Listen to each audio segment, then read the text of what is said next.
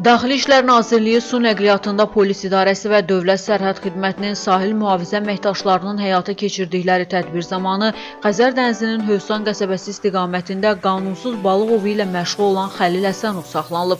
Yoxlama zamanı ondan Yamaha mühərriki ilə təchiz edilmiş qayıq, qadağan olunmuş balıq ovlama alətləri və qanunsuz ovladığı kefal balıqları aşkarlanaraq maddi sübut kimi götürülüb. Su polisləri tərəfindən Xəzər dənizinin Bibiheybət qəsəbəsi istiqamətində həyata keçirilən tədbir zamanı isə həvəskar balıqçı adı altında qanunsuz balıq ovu ilə məşğul olan Rasim Nəciyev də saxlanılıb. Həmin şəxsdən Yamaha mühərriki ilə təmin olunmuş qayıq, qadağan olunmuş balıq ovlama alətləri, qanunsuz ovladığı kefal və kütün balıqları aşkarlanıb. Araşdırma zamanı bu şəxslərin su bioresurslarından qanunsuz istifadə etmələri nəticəsində ekologiyaya 2000 manata yaxın maddi ziyan vurduqları müəyyən edilib. Faktlarla bağlı su nəqliyyatında polis idarəsində araşdırmalar aparılır.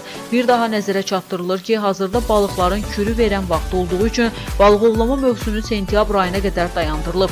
Bütün qadağalara baxmayaraq, xüsusən körpə balıqların qanunsuz ovlanması hallarına hələ də rast gəlinməkdədir. Qeyd edilən qanunsuz əməllərə yol verən brakonyerlərə xəbərdarlıq edilərək bildirilir ki, onlar barəsində cinayət və inzibati qanunvericilikdə nəzərdə tutulan qaydada ciddi tədbirlər görüləcək. Qeyd edək ki, su polisləri tərəfindən Xəzər dənizi və digər su hövzələrinə nəsil artımı üçün buraxılan körpə nərə cinsli, həmçinin digər növ balıqların ovlanmasının qarşısını almaq məqsədi ilə nəzarət tədbirləri digər qurumlarla birgə sahil boyu bütün ərazilərdə davam etdirilir. İdarə əməkdaşları tərəfindən Xəzər dənizinin dibi ilə çəkilən dəmir boru kəmərlərini və müxtəlif təyinatlı naqilləri kəsib satışını təşkil edən şəxslərə qarşı da mübarizə mütəmadi olaraq aparılır.